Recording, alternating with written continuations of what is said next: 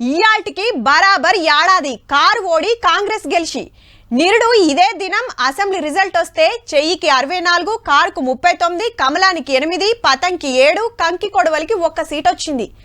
2 మాటల పవర్లకు వచ్చిన బీఆర్ఎస్ కు మూడో పారి కాంగ్రెస్ దమ్కి ఇచ్చిన దినం. 3 రోజుల తర్వాత కొత్త గవర్నమెంట్, కొత్త ముఖ్యమంత్రి, మంత్రులు వచ్చిండ్రు. మరి ఏడాది ఏలువడి ఎట్లున్నదో రేపటెల్లుండి చెప్పుకుందాం గానీ ఇప్పుడైతే ఇయాల జరిగిన మీటింగ్ కాడికి పోదాం పాండ్రి.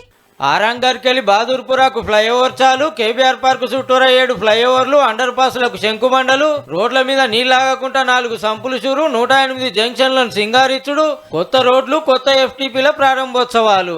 ఇట్లా ఒక్కనాడే 7,000 కోట్ల రూపాయల పనులు అరుచుకున్నారు. అట్లనే హైడ్రా ఆఫీస్ ఖర్చులు, మిషన్ల కోసం 50 కోట్లు. హైదరాబాద్ నక్లెస్ రోడ్ల ప్రజాపాలన విజయోత్సవాల సభ పెట్టి మున్సిపల్ కార్మికులతోటి ముచ్చటబెట్టి దివ్యాంగులకు బండ్లు వంచిండ్రు. ఏడాదికెళ్లి సిటీలు ఎట్లా మారుస్తుంది, ఎంత ఖర్చు పెడుతుంది చెప్పుకొచ్చిండ్రు మంత్రులంతా. 10 ఏళ్లలో పట్టణాన్ని పట్టించుకోలే, తెరలు చేసిండ్రని గరమైండు సీఎం సారు. ఆనాడు ఒక ఆయన చెప్పిండు, ట్యాంక్ బండు నీళ్లు కొబ్బరి నీళ్ళు లాకుంటాయి, ఇట్లా ముంచుకొని అట్లా తాగొచ్చు అన్నాడు.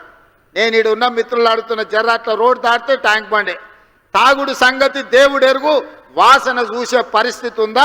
హైదరాబాద్ చుట్టూ త్రిబులార్ తెస్తున్నాం, ఇబ్రహీంపట్నంలో 250 ఎకరాల కూరగాయల మార్కెట్ పెడతాం, ముచ్చర్ల కాడ కొత్త సిటీని కడతాం అన్నాడు. ఒక్కొక్క 15,000 ఎకరాలు భూమి రైతులు సహకరించి అందిస్తే 40 నుంచి 50,000 ఎకరాలతోటి ఒక అద్భుతమైన నగరాన్ని నిర్మించుకొని మన టోక్యో లాంటి నగరాలను, సింగపూర్ లాంటి నగరాలను పోటీ పడే విధంగా. వరదకెళ్లి కాలుష్యం నుంచి సిటీ బచాయించాలంటే మూసీ నదిని ముద్దుగా చేసుడు ఒక్కటే మార్గం అట. ఎవ్వరు అడ్డం పడ్డా ఆపమని ముఖ్యమంత్రి సార్ మల్లోపారి చెప్పిండు. నువ్వు మూసీలో పండుకున్నా, మూసీలో మునిగి మీరు ఆత్మహత్య చేసుకున్నా ఇక్కడ ప్రజలు మిమ్మల్ని పట్టించుకోరు. కిషన్ రెడ్డి గారు, మోడీని తీసుకురా, 1,50,000 కోట్లు మోడీని ఇప్పించు, 10 లక్షల మందితో పరేడ్ గ్రౌండ్ లా తెలంగాణ సమాజాన్ని అంతా పిలిచి మోడీని నిన్నిద్దరిని నేను సమానం చేస్తా. హైదరాబాద్ డెవలప్మెంట్ కోసం బట్టి శ్రీధర్ బాబు, పొన్నం సార్లతోటి స్టేజ్ మీదనే మంత్రుల కమిటీ వేసిండు. అట్లనే అన్ని పార్టీలను పిలిచి సలహాలు అడుగుతారట, ఏం చేస్తే బాగుంటుందో చెప్పుమని. బీఆర్ఎస్ వాళ్ళు వాళ్ళ పాలసీ డాక్యుమెంట్ తీసుకొచ్చి చర్చించండి.